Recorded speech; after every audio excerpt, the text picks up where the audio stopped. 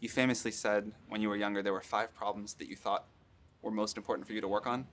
If you were 22 today, what would the 5 problems that you would think about working on be?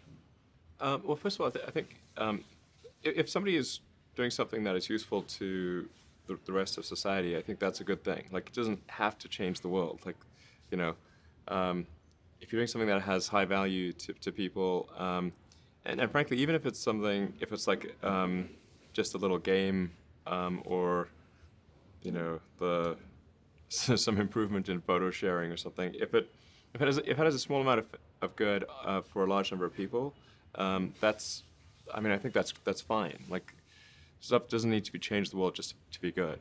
But in terms of things that I think are most likely to affect the future of humanity, I think AI is probably the single biggest item in the near term that's likely to affect humanity. So it's very important that we have the advent of AI in a good way. That is something that if you could look into the crystal ball and see the future, you would like that outcome, because it is something that could go wrong, as we've talked about many times, and so we really need to make sure it goes right.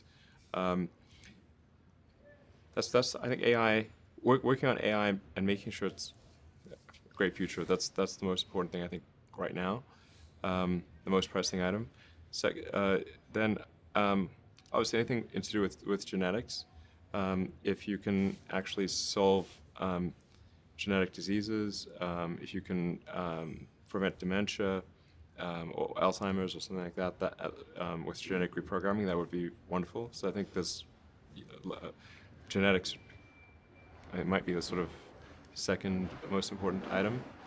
I think having a high bandwidth interface to the brain, like we're currently bandwidth limited. We have a digital tertiary self in the form of our email capabilities, like computers, phones, applications.